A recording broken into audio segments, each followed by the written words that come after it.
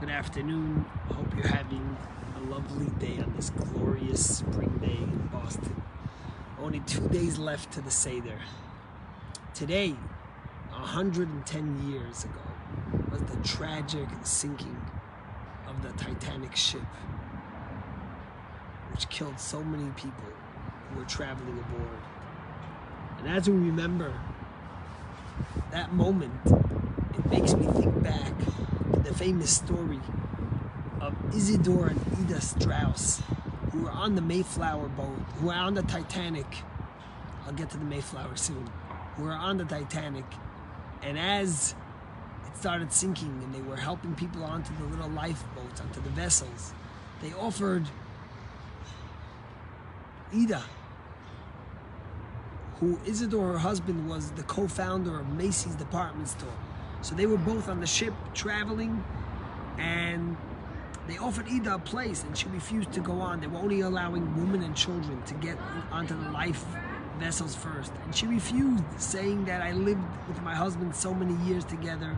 She said, we live together, we will die together.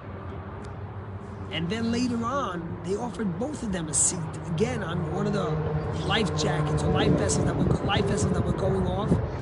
And Isidore, seeing so many women and children still on board, refused to go. And again, his wife said, I will not go. 110 years ago today, and people who were saved from the Titanic say that they were so moved to see this couple who were so in love and so committed to each other and to doing the right thing. And the last they were seen was sitting on the boat dock together holding hands. They died. They never made it off the Titanic. Today, 110 years later, we think about this remarkable couple, but also their brother Nathan. You see, Nathan and his brother Isidore were co-founders of Macy's. But Nathan took a different path, because after they went to Israel and he saw the biblical land, the holiness, he saw the land that Abraham, Isaac, Jacob, Sarah, Rebecca, Rachel, Leah had walked on. He saw where King David had captured Jerusalem, stories that live and are thousands of years old for our people. Nathan wrote to his brother, he said, how could I leave this holy land after witnessing and seeing these things that bring me to life? I have no interest in visiting other places. I want to stay in Israel. And that's what happened. Nathan stayed in Israel instead of getting onto the Titanic with his brother Isidore and their wife Ida. And after the loss of his brother, he could never recover. He was devastated, and he rededicated his life to philanthropy and to the building of the holy country of Israel. In fact, the city of Netanya is named for Nathan Strauss, the co-founder of Macy's, who lost his brother Isidore and their wife Ida in the Titanic. And when you go to Rehov Strauss in Jerusalem, the famous Rehov Strauss was named after the Strauss brothers' truth. It made me think about this because, you know, I just saw today in the news that the Mayflower 2, which is a replica of the Mayflower that brought all the pilgrims in 1620 to the shores of Massachusetts, was in Mystic Seaport for a few months during the winter to get routine maintenance.